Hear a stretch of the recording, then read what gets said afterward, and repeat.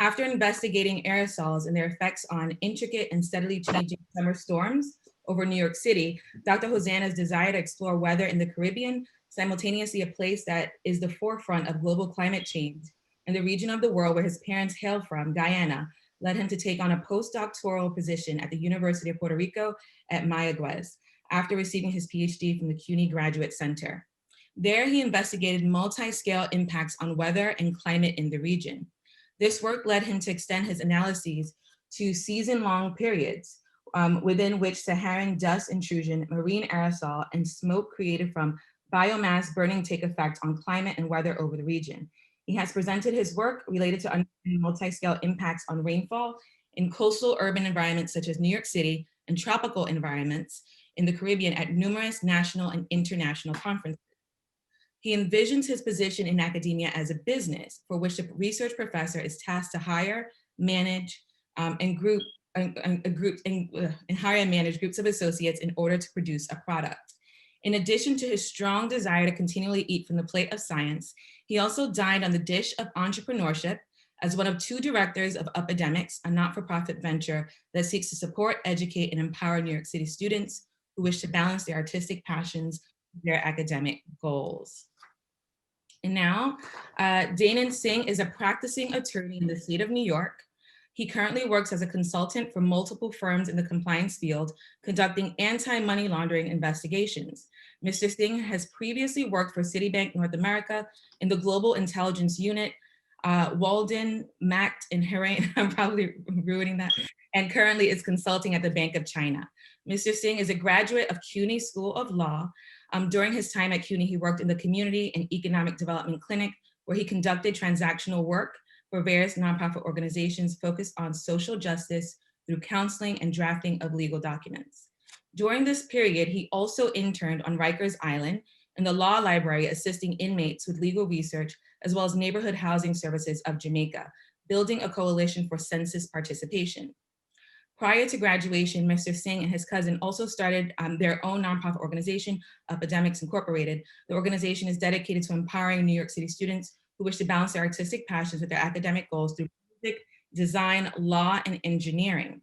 Most recently, Mr. Singh was joined the Singh law firm and is focused on entertainment law and related services. Please welcome to our class, Dr. Nathan Hosannah and attorney Danon Singh. Yeah, thank you. Thank you. Virtual round of applause. Thank you, Dr. Weaver. Appreciate it. How's everybody doing today? Let's start that way. Good. Give me a head nod, say good. Let me get a thumbs up. You know, some emojis in there. It's good. It's good to be here. So, D again is my cousin. I call him D because that's my cousin. It's the family connection, right? And how we wanted to approach this discussion today is how we are pretty much all the time. It's a free space for us all to converse with one another. There's no judgment here. There's no delayed support of your thoughts. So if you have a thought while we're speaking, you know, just raise your hand, let us know, and we'll address that component, okay? How we talked about starting is we'll go through our story. So since we are both West Indian in nature, our parents are from Guyana, let's start there, because I believe that where you are is a byproduct of where you've been and where your goal is also connected. So as Dr. Weaver already stated, our parents are hail from Guyana, which is on the in the northeastern coast of South America. And it's considered part of the Caribbean. The culture is the same, the food is the same. But let's talk about the soca and the calypso, very much similar as well. So from there, let's go through my part of the story first, and then Dee will jump in where he's ready. So my parents did not meet in Guyana. They separately left Guyana and met in England. My mother to be a nurse, my father to work with the London Underground on the trains and so on and so forth. And so while they were there, you know, they met, they had my three brothers, and then they have myself. And I didn't really get a whole lot of time in New York City. So, I mean, excuse me, England. By the time I was 4 years old, or 3 going on 4, my family uprooted and we traveled to the United States. And so my energy, when you hear me talk, when you see the way that I move my hands, when you see even the way that I dress and the way that I relate to people is very New York, right? But I still have nuances of my experience in England, sometimes the way I pronounce words. And when I came to the United States, when we came to England, our roots were all in Queens. So D and his family was in Queens. Other cousins were in Queens. My grandfather, my grandmother, everybody was in Queens, New York. So that's where we naturally went. And an interesting story about when I first got to Queens and I first met D. D thought my name was Knifin because of my accent. Said, "Hey man, what's your name?" So I said, Knifin, but I'm saying it in my accent. So then D, he says, you guys know what his name is, right? It's Knifin, like knife in, instead of, you know, my name being Nathan, for which it really is.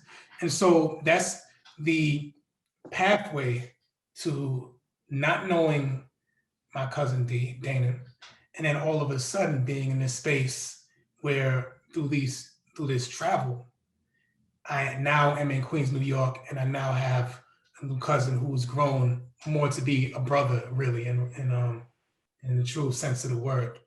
And from that, you know, we establish a bond, not only D, but his brothers, because we're very close in age.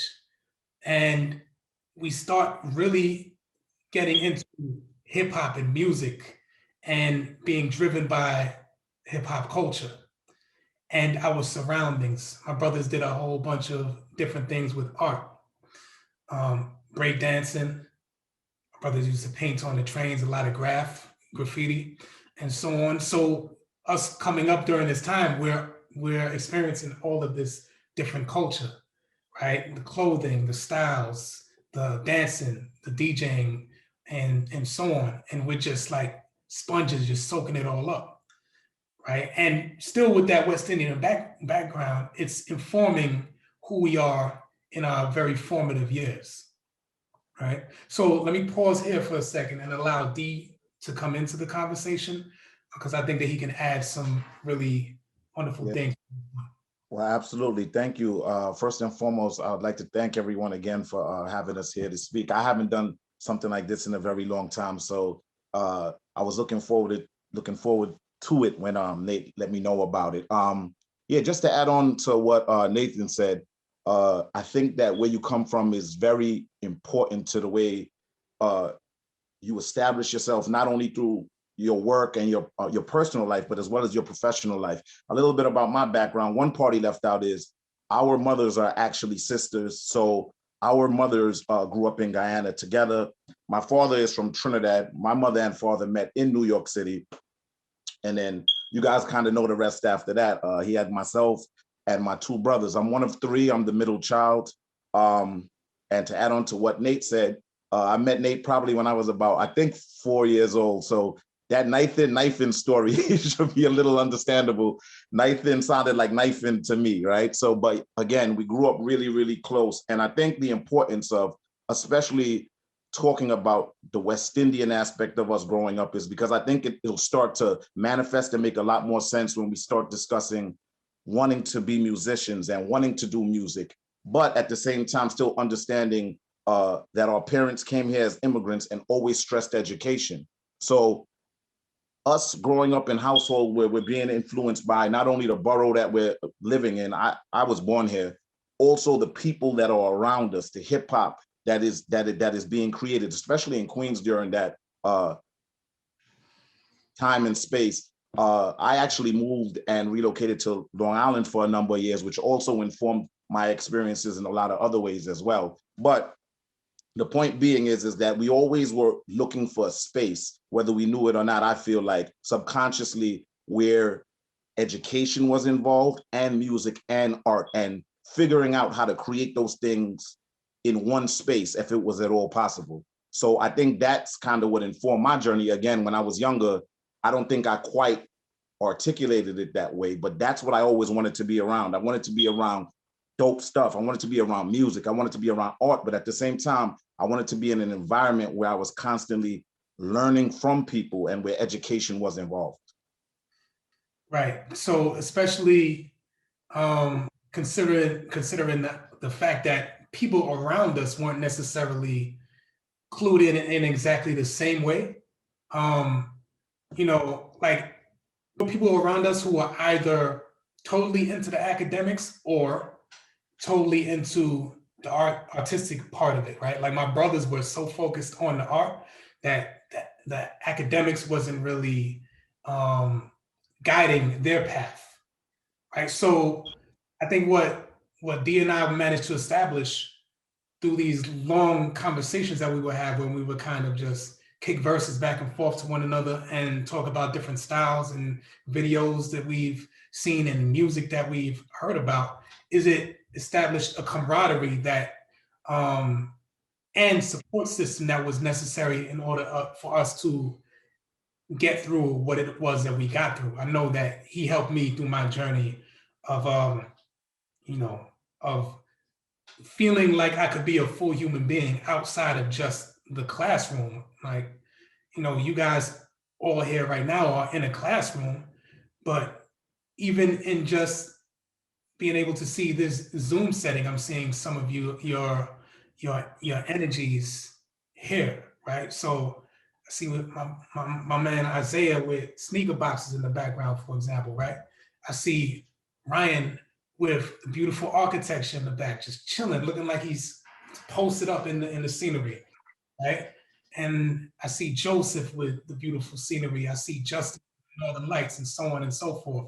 So regardless of whether we're in a class or not, we're still gonna be who we are, right? And that support system that Dee and I established for one another was like, yo, you guys, like you are still you can be interested in the academic side. You can be a lawyer, you can be a scientist, and still do many of the other things that you want to do on a high level. And so I think that is what caused us to eventually start Epidemics, because it was a desire to establish a network through which other people like us could tap in and feel like they were supported and not alone in trying to strengthen both sides of, or not only both sides, but every side of themselves, while being comfortable learning new things and supporting others in the process, and also creating a pipeline, right? Like you don't create a network without continuously talking with people. Many of the students who pass through the Epidemics program are really good friends of ours now, and we still communicate with them. They're at different universities. Many have graduated actually, and are leading the world in their own different ways. Some being engineers, some being photographers, and so on and so forth. Yeah, and to pick up what Nate said, I mean, about you guys being in a classroom, I mean, from my experiences, man, I could definitely say life is a classroom, right? And what I mean by that is there's no experience that you have. I mean, because it's happened to me in the past. And I think if there would be one thing that I would want to share and make sure that got across is that there's no experience that you will have, or very few, I should say, if I want to add a caveat, that won't serve you at some point in your life. So sometimes you can be doing things that you think have no relevance to what you want to do, and you'll find out that it actually does. And why life is a classroom is, believe it or not, your teachers learn from you, you learn from your teachers. It's this even exchange of ideas that constantly help us grow and become who we eventually want to be and who we become just as a result of our experiences. And one of my experiences that had a really profound effect on me was my time on Rikers Island. A little funny story about that. Well, I don't know if it's funny, but it's interesting. That was one of the few internships that year that actually was paid. I mean, the pay wasn't great, and then it was also really close to my house. So I can't say originally going in, I had an altruistic idea about, hey, I'm going to help people. It was like, okay, it's close to the house. And then unfortunately, growing up, we had both known people who had passed through there. So, I mean, there was a level of familiarness that was unfortunate as well. But I remember going in on the first interview, and at that time, it was run, the law library, which is, so if you guys are familiar with Rikers Island, I believe it has about 10 different facilities on it, different jails, right? So I was interviewing for the position for the summer intern, and I met with a gentleman by the name of Mr. Triplett and Mrs. Powell. And one of the first few things they asked me was, why are you here? So I tried to give the answers that I think people always want to hear, right? Because back then you're thinking, hey, I want to inmates' rights, which was obviously part of it. But I mean, the primary purpose for me back then was, hey, I want to get paid, this, that. So finally he looked at me, he said, no, why do you really want to be here?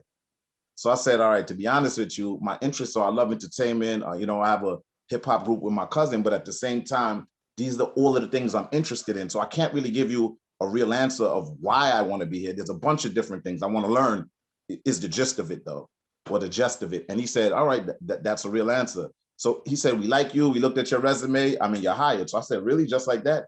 I know like this was like a really hot position that year. He said, yeah.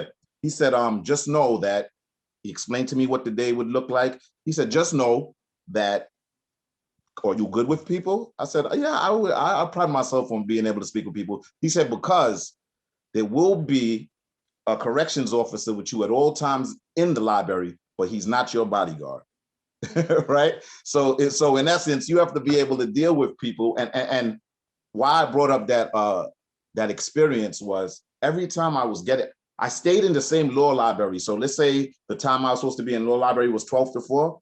I went to that same law library to teach my legal research class. But throughout the week, they would send you to different jails. So that's just when you were getting cool and comfortable to kind of say, okay, I kind of know the people who come into the library. Like the next day, you're getting sent to another a jail on the island. And what I learned from that experience, well, I learned a whole plethora, a bunch of stuff.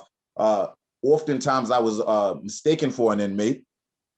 So there was a lot of that going on. So there were highs and lows of it. But like I said, one of the most important days outside of, and I could go on and on about this, I know we have limited time, but was I remember a day where there was a particular scenario where I was talking to inmates. He was in the process of going to court. He was in my legal research class and he was facing a lot of time.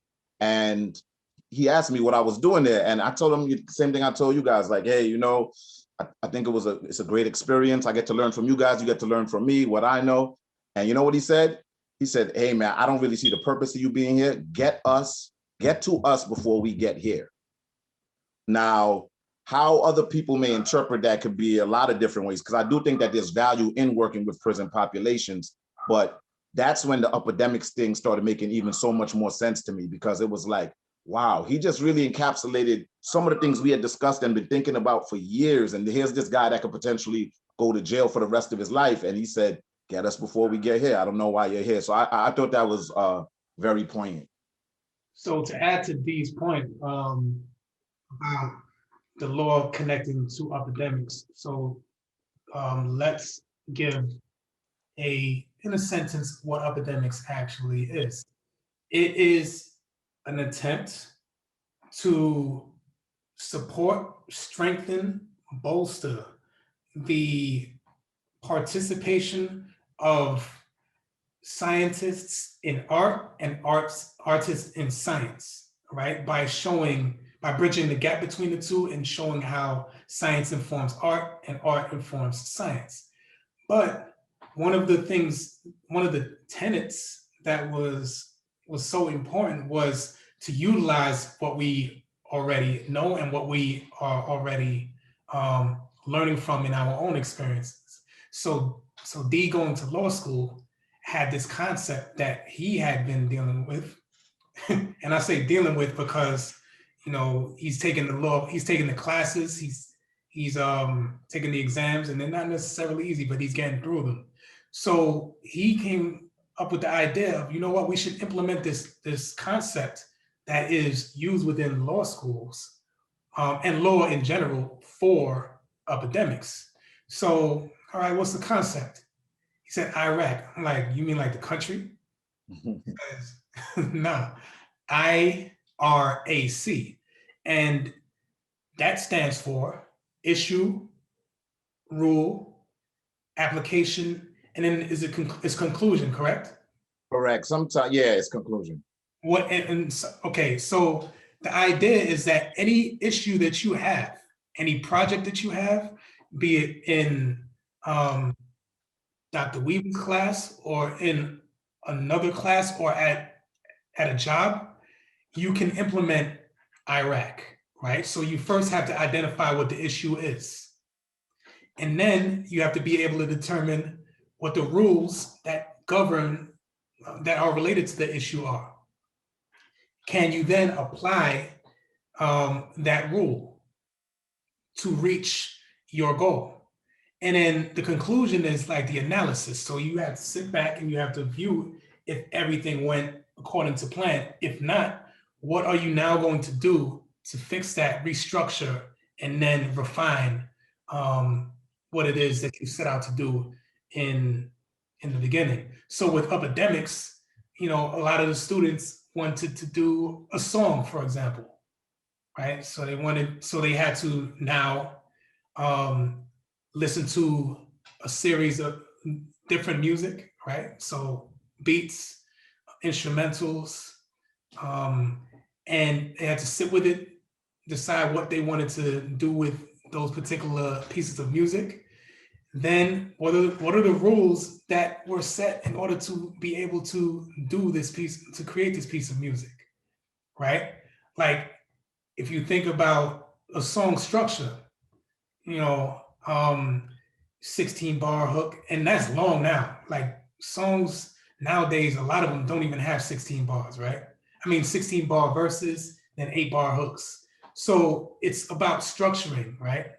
And then the application. So the application is actually going to the studio and being able to know how far you have to stand from the mic.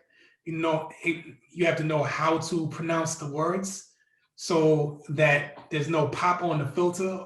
And then, you know, being able to master your breath control so that you get out what it is that you're trying to say in an effective and efficient way. And then the conclusion. So you sit, after you record it, you sit back, you listen to it. How does it sound? Is it solid, or are there things that you want to change, right? And many of the interactions that we have with the students who actually did songs was, damn, I didn't know it was going to be that difficult. You know, like, well, I thought it was just like you have it written down, and you go in the booth and you let it go. And you record it and it's done.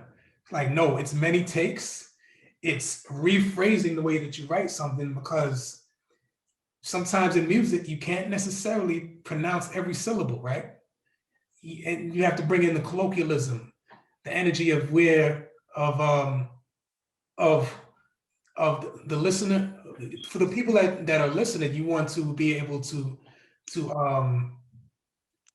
say things that are in alignment with what they are able to connect to, right? So the manner of speaking, your pauses, and so on and so forth. So as Dee was talking about law connection to epidemics, it brought that to mind. Yeah, no, that's a great point. And ultimately, if I could add on to anything that Nate said, it would be that I think obviously, I'm sure a lot of the young people in this class are future, if you aren't already, entrepreneurs. And I think that structure, the Iraq structure, which is because I struggled throughout law school immensely. And that was part of the reason. I mean, structure, right? Structure is important in anything that you do, right? So regardless of where you want to go or what you could be putting something together, you can be writing a song, you can be whatever it is. I mean, structure is super important. And what I started realizing that once I started looking at things through that lens, I mean, my schoolwork not only improved, but other things I was trying to do also improved. So again, I think having structure is an extremely important component to being successful at whatever the task is. And I think that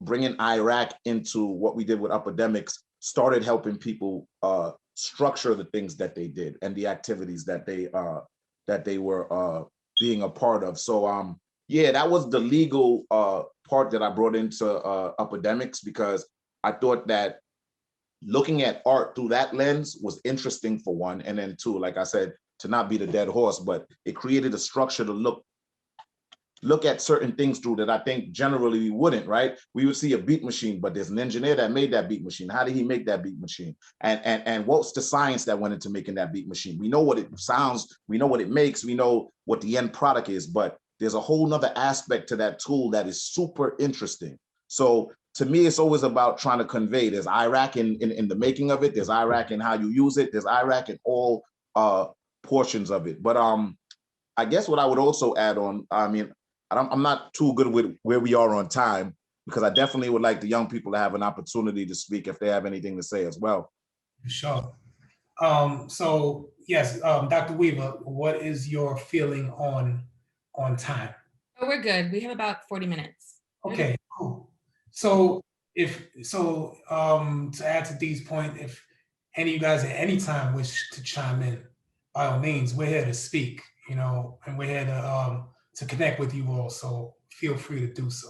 I'm sorry, Dee, were you going to say something else?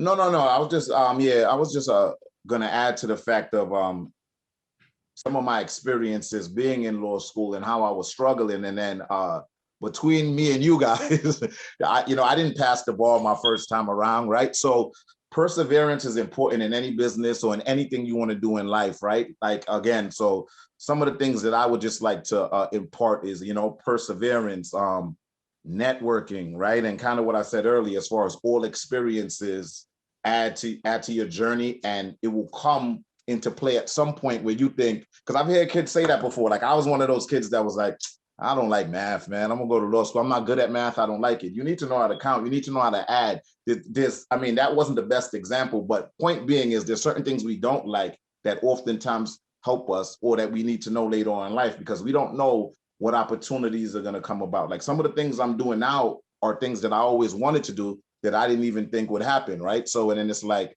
it comes back around. It's like, okay, do you know this? So yeah, I just wanted to add that part. So what are you doing now besides wearing nice t-shirts, man? With blazers? I know, right? Recently for me, man, I've been blessed enough to come into certain experiences. Nate explained to you guys our history with love and hip hop music. We have, and we haven't made any music in a while collectively, but we have a group called Up a Notch. We put out albums, we've traveled off of the music. I've always just had an affinity for music, period. I mean, we listen to all types of music outside of hip hop, obviously, because I think when you truly appreciate music, you're not necessarily listening to one genre. But I've actually had the opportunity recently, which is what I wanted to do, work in the entertainment law field with up and coming artists. There's some established artists I'm working with right now and representing their record label, drafting contracts. There's a couple artists coming out actually in the next couple of weeks under some of the artists that I'm working with. So, and it's funny, I went to a public interest law school. There wasn't really a lot of exposure to entertainment law. And that was always one of my purposes in looking in law. I was interested in civil rights. I was just interested in so much. So sometimes it's okay to be interested in all of those things. You just have to put a foot someplace, and then things start to happen, and you'd be amazed, right? So although I didn't go to a law school that specialized in the field that I'm in right now, I met people that and that's why network is important. My first job outside of law school was at Citibank, working in anti-money laundering investigations. I'd been writing cover letters, sending emails. When I graduated from high school, I actually had a job as a legal coordinator on Rikers Island. So the same place I told you guys where I had that internship, they hired me as a legal coordinator, which was the person I was interning in the summer when I was in law school. Long story short, that year, the city had like a hiring freeze, so they weren't bringing people into the NYPD, nothing. So I was literally just like sitting around and calling him, hey, is the freeze over? Is the freeze over? With no work, with the law degree, right? So it made me think about a lot of things. For a time during that period, I did construction with my uncle, right? Because you start realizing, but these are all things that are adding to my inventory of experiences. But I say all of that to say, how I ended up getting the job at Citibank is I'm a little depressed at home. I can't get a job. I got a law degree. I'm in this debt.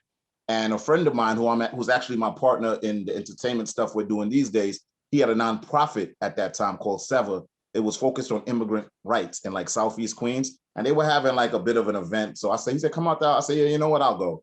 I went to the event. I'm online. I recognized this guy who had gone to my law school. He probably was a couple years ahead of me. But me being me, I said, we're on the food line. I said, hey man, you went to CUNY, right? He said, yeah. We just started chatting.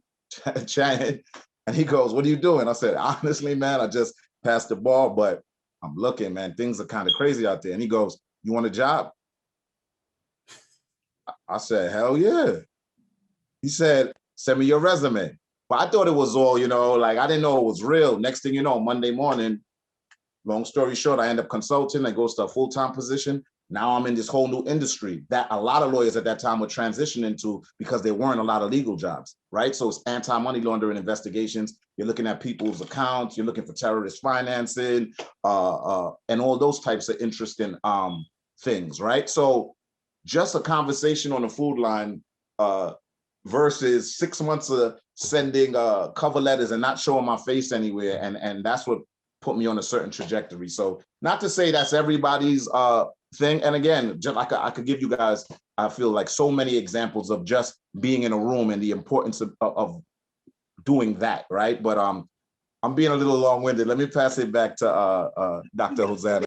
Not really, because it all connects, man. So when you talk, as I'm hearing you speak, and you flustered, you turning off your camera or something. No, I know. Now I was trying to see more people. I don't know. I'm on my phone. I'm on my phone. But as you were speaking, right, and you were talking about all these different experiences, you're also connecting your experiences to people's experiences with you, right? So like your personality, who you are, your energy. It's very difficult to be in a room with D and not understand who D is without even necessarily hearing him have to speak. The same is true with me, right? And we have totally different personalities, right? Yeah.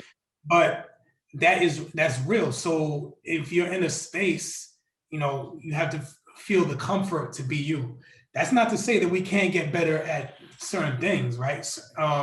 Having conversations, small talk. I know a lot of people hate it. I don't like it, right? But it's a useful skill, right?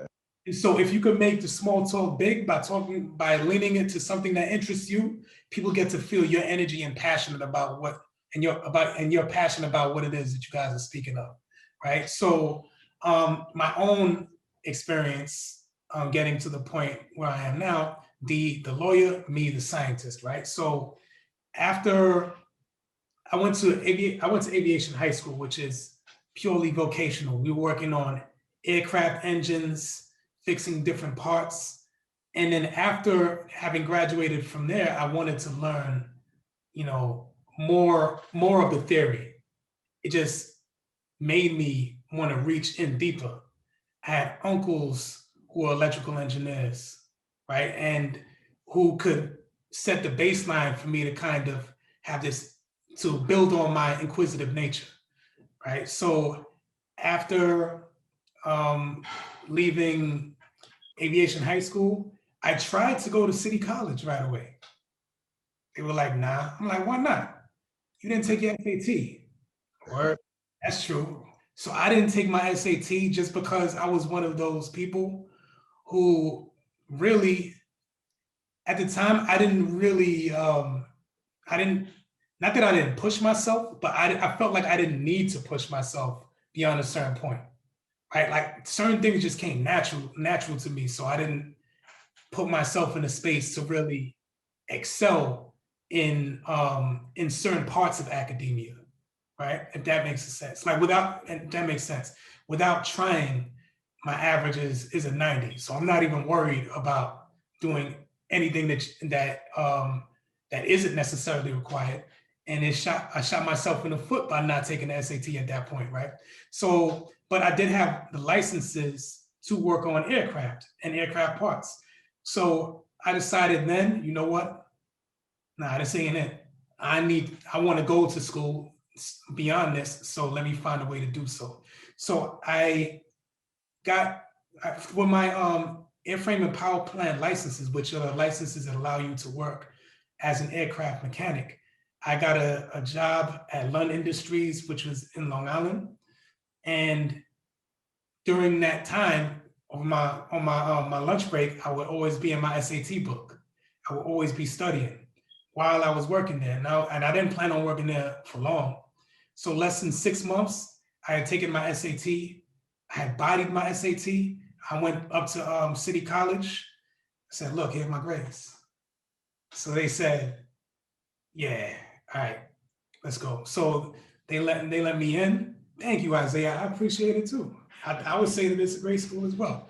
So they let me in, and I went straight to mechanical engineering because it to me was the closest to aircraft engineer, to aircraft maintenance, theory, and engineering. So I went into it, and it was like another fit, right? Another part of the chain. It just worked. I enjoyed it. It didn't necessarily come easy right away, right? Because like I said, I'm used to not necessarily having to put my all. When I got to City College, I had to ramp it up and really add more study time and get in study groups. Study groups. I didn't even know what that was before. Mm-hmm. Right? I had to go to office hours. I had to speak with students who took the exams and the classes the semester before, so that I could prepare myself and be wiser about things. I got so good that professors started to notice me. One of my professors noticed me falling asleep in his class. Right? So D and I used to live in Canarsie, right? So I was living with D, my aunt, my cousins in Canarsie at the time, right? And I was also working at Home Depot overnights. I had a class at like 10 o'clock in the morning. So I would leave Home Depot maybe 5 o'clock in the morning, go home, get fresh, and hop on the train and go to City College, right? So I'm in this class, heat transfer, it's interesting subject, and I was doing well in it. But I was sitting in the front and I started to nod off. I was falling asleep. And he didn't even pull me up like during class. He let me sleep, right? But after, as we're walking out, he says, Nathan, can I speak to you for a moment? I'm like, damn. I'm like, yeah, okay, cool. So he says, no, you're one of my best students. Why are you sleeping? I wanted to laugh when he said that, right? But I said, yeah, you know, I'm working this overnight job and I really enjoy the subject. I apologize, Professor, but I need to work and this is what the circumstance is. So he said, if I could have, he didn't even say I, he said, if you were to have a position where you could get paid for doing what it is that you like to do, would you not do the other stuff? Like with Home Depot, I was like, hell yeah. So he sent me forward to this program, the Louis Stokes Alliance for Minority Participation in the Sciences. And through that program, they supported my tuition, they supported my my research, and they paid me to do the research, right? So I was able to never have to go back to Home Depot. But that's not the reason I stopped working at Home Depot. D's gonna laugh at this, but I got fired, right, at Home Depot because I was rhyming in the aisles. So they called me kicking raps in the middle of the aisles. They're like, yo, you gotta go. You know what I mean? But as that phased out, you know, this other stuff started kicking in, and I was able to capitalize on, you know, having good relationships with professors. And that built, right? Because as I started doing research, I got better at it. It became more and more interesting to me. And when I finished my undergrad, the same program asked me if I wanted to continue to do my master's, and they would pay me $30,000 a year, plus pay my tuition, plus buy me a computer. And I was like, word. I planned on doing a PhD anyway, so like, yeah, let's go. So I got that extra money and was able to save some of it, was able to not have to stress while some of my peers were stressing. And then I got into the PhD mode. So during the course of my PhD, I had some trial and error situations, as D was referring to as well in his own experiences, some of which was, being close to failing exams and needing 1 point to be able to maneuver on, and just humbling myself, getting the necessary help that I required in order to get to the next step, and being able to persevere. And all the while, it has felt like I am an entrepreneur unto myself. So that's the reason that I speak of all of this, because it is me having the mindset to understand what is the product, the end product that I want to create, what it is, who it is that I'm serving, what it is that I need to get there, right? And so this connects to a greater point, the idea of success, right? And what is success? I was having a conversation with somebody last week about success. And I was talking about success like I haven't made it yet, right? And from their perspective, I have made it, right? But I think success is a funny thing in that something that occurs when you're not looking, right? So you set these goals for yourself, and then you start reaching these goals, and you start building upon what is your legacy, what is going to be your legacy. And you're establishing yourself. People are starting to realize more about what it is that you're doing, and they're interested in it. And that's success. So you should clap it up for yourself when that happens. That doesn't mean that you're finished, right? And that doesn't mean that in your mind that there aren't further places that you want to go. But you need to stop and smell the roses and appreciate where you've been, how far you've come from where you started, and how it connects to where you're going. Now, I've been long-winded. Let me shut up for a moment. No, absolutely, man. I mean, do the work that you say, that do the things that are going to make you become who you want to be. Does anybody have any questions or have any comments? I'm kind of interested in learning about you guys, as well. Absolutely. Like, what do you guys plan on doing?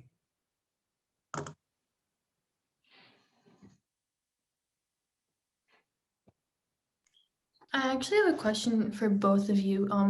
You both said that you had like a lot of interest in stuff, like in many different fields. How did you funnel it down and like find out like, okay, like I want to try this right now, or I want to try that, or like, once you got to a point and you tried something and it didn't work out, how'd you know to like move on to something else? Thank you, Bruna. D, would you like to go first? Yeah, I'll try. I think that's a really, really great question. And I don't really have a great answer for that, outside of the fact that I think there's some people who are super methodical and they are super organized and they plan, hey, I want to be this, I want to do this, I want to experience this.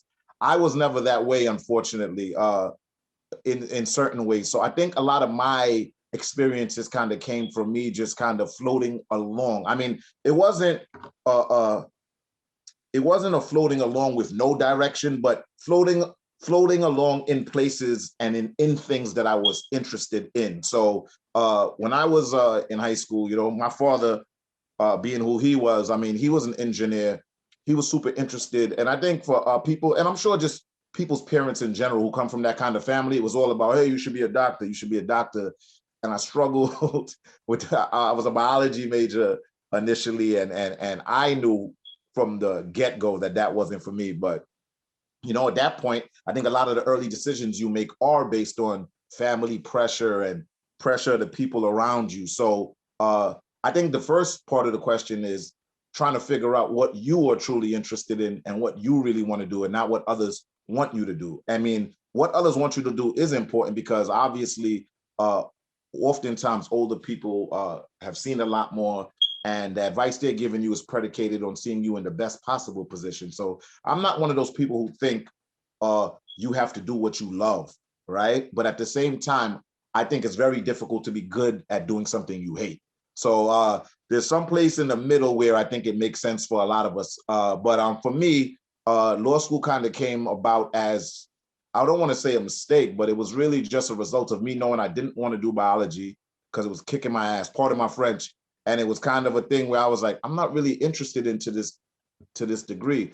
I was always interested in policy, civil rights stuff. So that's when I started taking more political science classes. And that got my attention and was interesting for me. I knew there weren't a lot of things to do with a political science degree. So then I started looking at, because I didn't have any direct, or we didn't have any direct family members that were lawyers at that time. So for me, it was trial and error. So, I mean, to answer your question, so I give Nate some time, I do think of it as trial and error, but if you are blessed to have a network in place of people, family members, friends in your community who are doing things that you're interested in, like for instance, at the end, I'm going to give you guys my email address, and I'm sure Nate will as well, because now you just added someone to your network. So maybe you're not interested in law per se, but maybe you're interested in something else that I said that I might be able to help you guys with. So I think it's about reaching out to the people as early as possible. Once you're comfortable that you're interested in learning more about what they do. It's not necessarily about wanting to do it, because oftentimes you don't know what you want to do until you learn about it, right? Like there are people who spent their whole time in law school, then they get out, they're like, yo, I don't want to be a lawyer. Right. But it's not necessarily a waste, because there's so many other things you could do with that degree. So I try to look at experiences in that way. Nate. Yeah. Thank you, sir. And you sound like the professor over there, man. I have clarity today. I would actually disagree with Dee a little bit on that one. I think that I do think that you need to do what you love, at least in some way. But that doesn't, but that's this, here's where I don't disagree with Dee all the way. If you are good at something that you don't necessarily love, then you can do that, but make sure that it gives you the time and the money to do what it is that you do love. Otherwise, that you do love. Otherwise, you're just gonna feel the pressure of not really enjoying your experiences in life to the best of your possible ability. So I would suggest opening it up, that if you do something that you're good at and it pays well, and it does allow you to do things that you really do love, then that might be the win-win, right? Because ultimately we get to a point where you could decide whether you even want to do that thing that is okay to you. I don't think that you want to do something that pains your spirit. You know what I mean? Whether it gives you a lot of money or doesn't. Some people may, but for me, I don't think that I could do something like that. But I might be able to do something that was cool to me, or it was all right, but it gave me the time or the money to be able to do what it is that I love doing. Also, I think that a way to know what it is that you kind of want to do, connecting to Dee's point, a little bit of process of elimination, right? So start doing internships as soon as you can, right? And internships are like trial phases. So you take an internship, you either really, really love it, it's okay, or you hated it. And then that kind of allows you to divert your path. You are no passenger in the driver's seat of you are no passenger in the car of your own life. You're in the driver's seat at all times and all places. So you have to know when you want to make a right, when you want to make a left, when you want to go straight. All right. What else can be useful? Having conversations with people, right? And sometimes it's just circumstance. Like the reason that, like the work that I do now is, at least my research, is the impacts of aerosols, which are these little particles that could suspend in the clouds and impact the cloud chemistry, therefore changing the patterns of rainfall, intensity of rainfall, and the weather, and a bunch of different things. I didn't initially get into that when I started my PhD. I was working on the impacts of explosions on buildings and trying to find ways to dissipate that. I lost interest in that. I didn't want to do it anymore. The thing that was a blessing for me is that, the blessing and the curse, is that that part of the program lost funding. So I had to hustle to find another route in order to continue my education, right? And so I spoke to this professor who had just come from Mayagüez in Puerto Rico, and who had done a lot of work related to atmospheric science. So we had a discussion, and he said, "Yo, if you really want to do this, I'll take you on today." So as soon as we had that conversation, I had something new that I wanted to do that I was already passionate about. Like, D likes to make fun of me because he thinks that I love clouds, and he thinks that I hop in hot weather balloons and, you know, hanging on to the edge of that joint and just flowing up, right? But I do launch weather balloons without me in it. And it's always been interesting to me, like, why the weather is the way it is at different parts, and how, you know, during some parts, sometimes of the year, you can have these totally horrendous snow conditions, and in some place that is really close, they may not be as bad. So it just kind of connected to my innate nature in a way that I was able to feel blessed to kind of align with, you know. So I hope that provides a little bit of insight for you. It does. Thank you. You're welcome.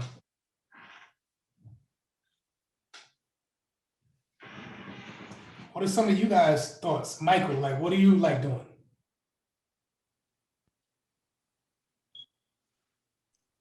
I have a question. What do you guys do when you know, you're in the middle of doing something, like whether it be like a career choice or whatever, and you've come across, you know, something unexpected?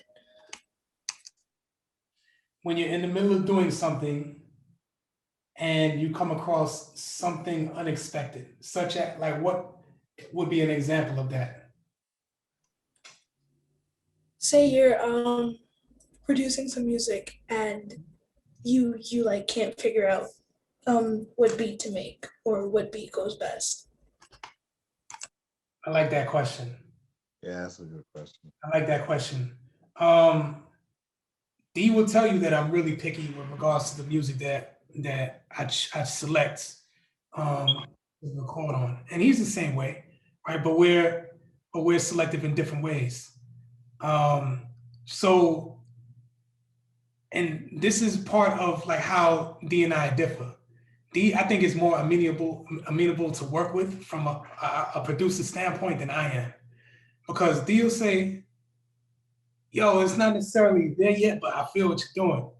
Me, producers don't like talking to me, right? Because I'll be like, "Nah," and I don't necessarily know that I would give a clear path for a producer to fix or adjust. But my thing is always, I want the producer to provide the best, like what they feel is their best. And if it connects with what we feel is our best, then we can rock. If not, then, you know, it's all right. I don't like to force it. So I just kind of take a step back until it feels right, especially with regards to art. What do you think, D?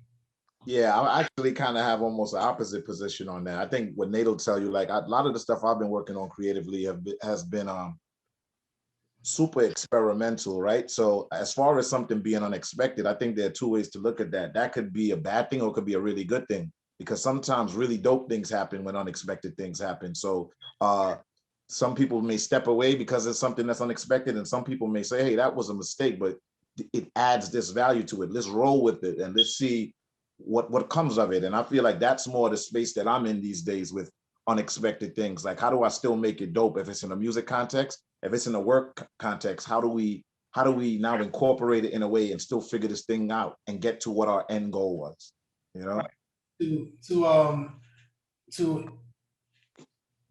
To make it like an integration. Yeah. Right. So especially and with the work that I do, that happens a lot. You know, it's, for example, when I was doing my PhD, my focus was on the impact of aerosols on the local rainfall events, local storms in New York City. And as I'm studying it more and more, I'm realizing that aerosols are not the only thing that impact the weather. Like there's wind, there's temperature, you know, there is topography, there's the land type. There is the building type, the heights of the buildings, is whether there are trees around. So all of these different things have to be considered. So you have to be able to adapt to certain situations in order to be able to integrate the new things that come in and then iterate until you get to a point where you feel like, yes, this tells a story that I wanted to tell. So Michael, we're still on you. We're still on that question that I asked you, brother. Sorry, my connection's like really bad, but I like music. I like skateboarding, basketball. So how do you think that those passions kind of connect to your idea of entrepreneurship? Do you have like an entrepreneurial bone in your body? I would say I do, but I feel like those are things that you can really build off of, and like you could sell like different kind of skateboard decks or something relating to a skateboard. Or even like with basketball, like you can start like a league or like that kind of thing and just go from there. Yeah. Agreed. I skateboard too. That's one of the other things that I do. All right. So yeah, we're here for you guys to hear your thoughts as well. Also, Dr. Weaver, if you have questions or thoughts as well, please feel free to chime in. So I do have a question. So the students right now, they're going to college in a very unique time. We have this pandemic happening. And so you mentioned perseverance. And I'm just curious, like, what advice do you have for them going through this? Because I mean, I know you guys you're from New York, so you've been through 9/11, you've been through Hurricane Sandy. What advice do you have for them in regard to sticking with their dreams and just managing this time? I think that's an excellent question. I still think that at times I'm still trying to figure it out, right? Because there are good days and bad days, I think, being completely transparent. But I think for me, and this sounds super generic, but I found it to be true, focusing on what I do have and what's positive in my life has really helped me, because I've been lucky enough to be able to still work. I have friends, close family members who haven't had a job in a very long time due to the situation.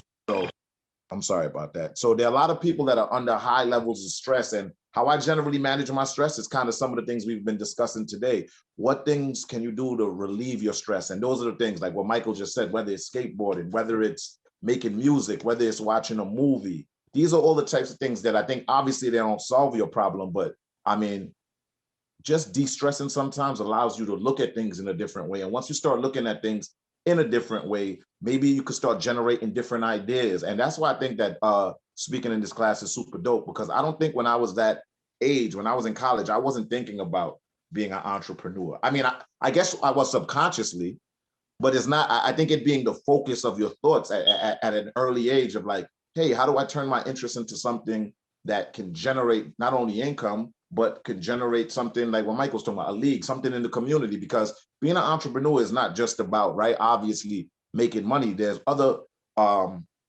pros that it adds, right? Especially if it's community based, right? So yeah, for myself, I think it's really about just trying to focus on the things that are good or the things that relax me. Yeah, and I also would like to add that, yes, 9/11 was something. Yes, Sandy was something. This COVID stuff is really, really unique. I don't think that anybody 2 years ago would have thought about the possibility of this, right?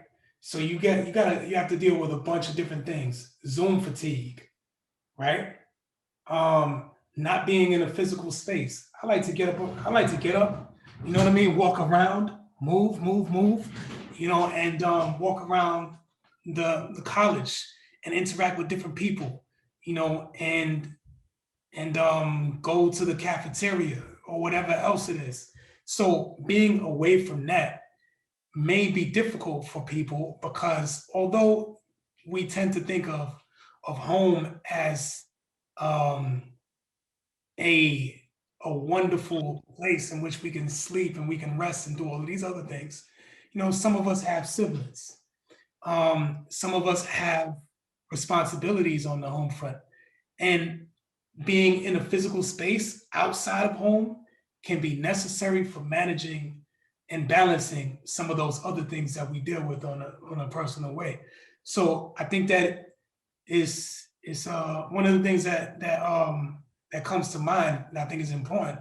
And I'll say it the way that he would say it. Our uncle, when, you know, at the end of the day, he always says, you have to love yourself.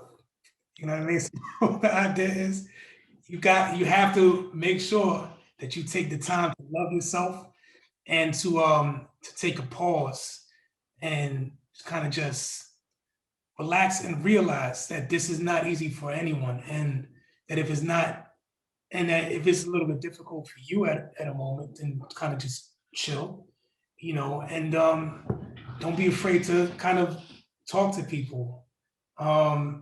And you still have classmates. I don't know how many of you guys in this class are cool with each other, but you guys might have interacted more in a physical space.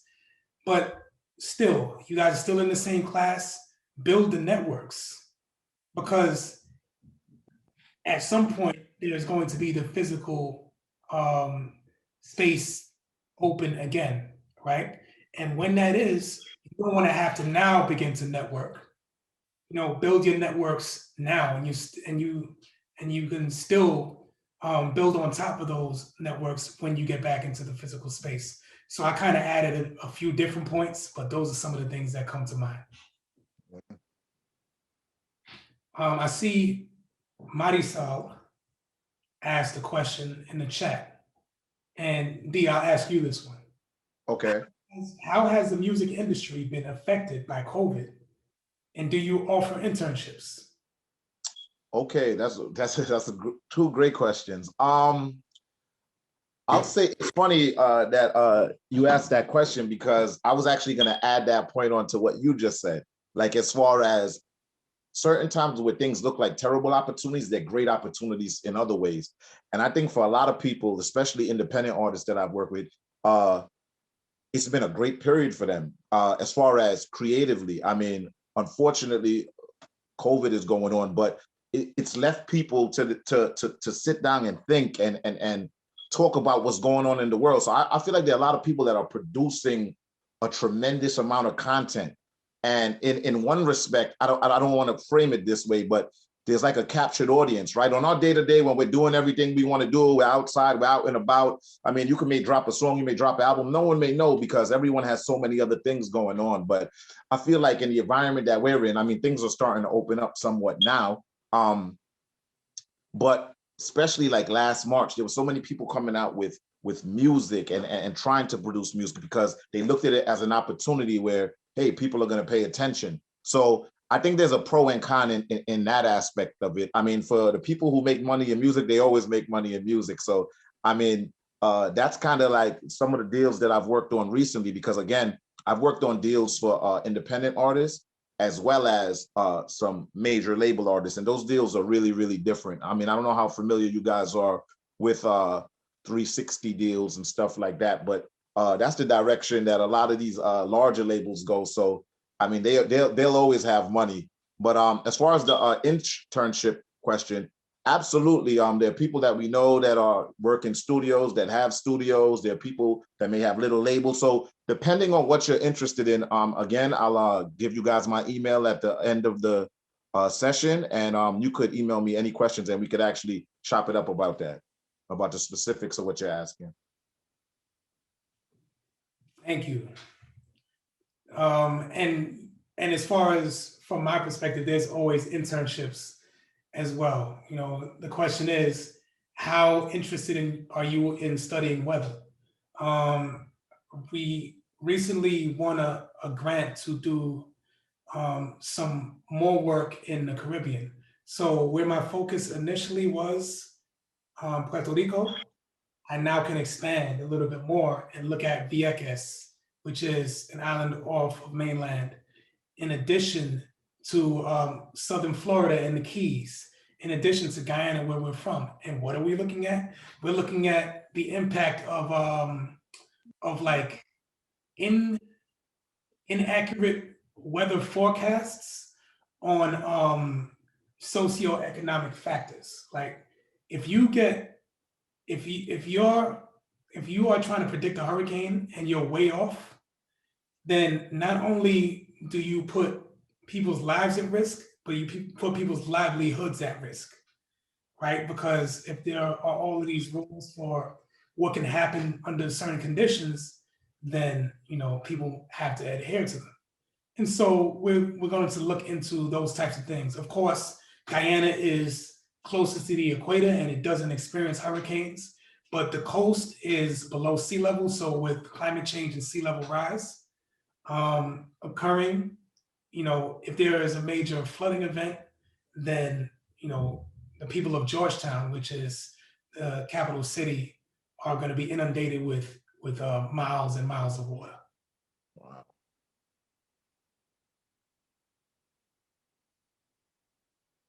Yes. Okay, so We have 5 more minutes. 5 more minutes? Yeah. Okay, cool. So Dee, would you kind of like to talk about where we plan on going from now? Okay, yeah, I could shoot that in like 2 minutes.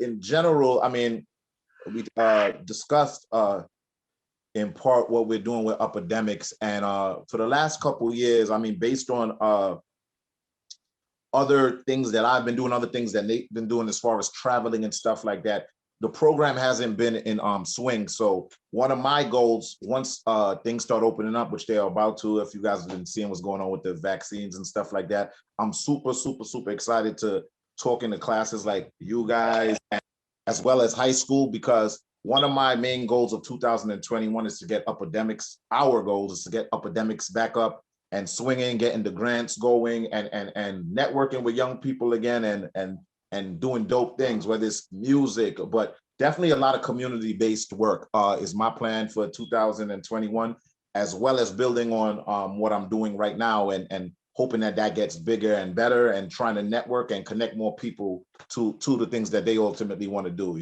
So I just want to be like I guess the word would be, I want to be someone who is assisting not only myself, but the people around me into like self-actualizing and a point person, I guess would be a better way to describe it. If you are interested in this, and I know someone who may be able to help you, maybe I can push you in that direction, which is what Epidemics does, I feel like. And that's why I love doing it so much, because it exposes people to the things that they're already exposed because they love it, but it exposes them to other people who do it, and they see how far they could take it. Sorry if that was a little long-winded, but I'm excited about that. That was perfect. And I second that. I feel that I'm interested in expanding, as Dee so eloquently stated, getting Epidemics back into a space and beyond a space of where of what we have done with it up until now. And the reason that we put Epidemics down for a moment is so that I could finish my PhD, so that D could finish law school. And now that we are more established in a sense, I feel like and we've built our network. We can reach into this network and make it stronger and serve more people and help people to self-actualize. That sounds kind of funny that you're helping someone to self-actualize. I know. Being a catalyst for people to see what it is that needs to be seen in order for them to do what it is that they want to do, in essence. Yeah, be a resource, you know, so yeah, absolutely. Yeah, so with that, like as Dee stated, I also am going to drop my email to you guys as well. And when we say feel free to contact us, we're not just chatting. You know, we're about that. So link us. And if we don't know, perhaps we do know somebody who does know. So don't feel, don't be coy, you know. So with that, Dr. Weaver, thank you for your time. Class, everybody, I'm gonna start calling out some names, but not everybody. Aiden, Jarlin, Bruna, Marisol, Isaiah, Mike, Ryan, and everybody that I'm not gonna be able to mention. Joey, Audrey, NJ, thank you. Dean, Vicky, appreciate you guys. Thank you guys for your time. I really, really enjoyed it. This is awesome. This is awesome. Thank you so much. Can we do a virtual round of applause? Awesome. Thank you guys so much. Okay, thank you.